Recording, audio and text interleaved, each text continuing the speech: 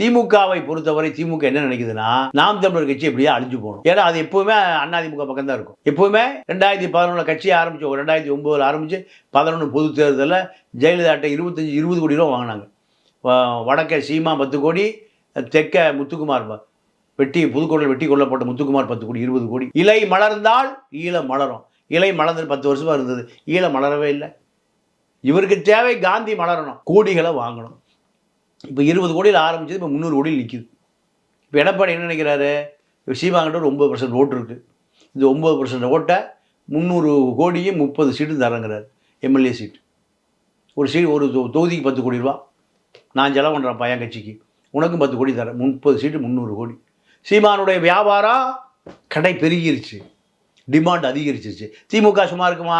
திமுக என்ன பண்ணுது, சீமானை யார் எதிர்த்தாலும் அவர்களை அரவணைத்துக் கொள்ளும். இதுதானே நடக்கும் அரசியலில்.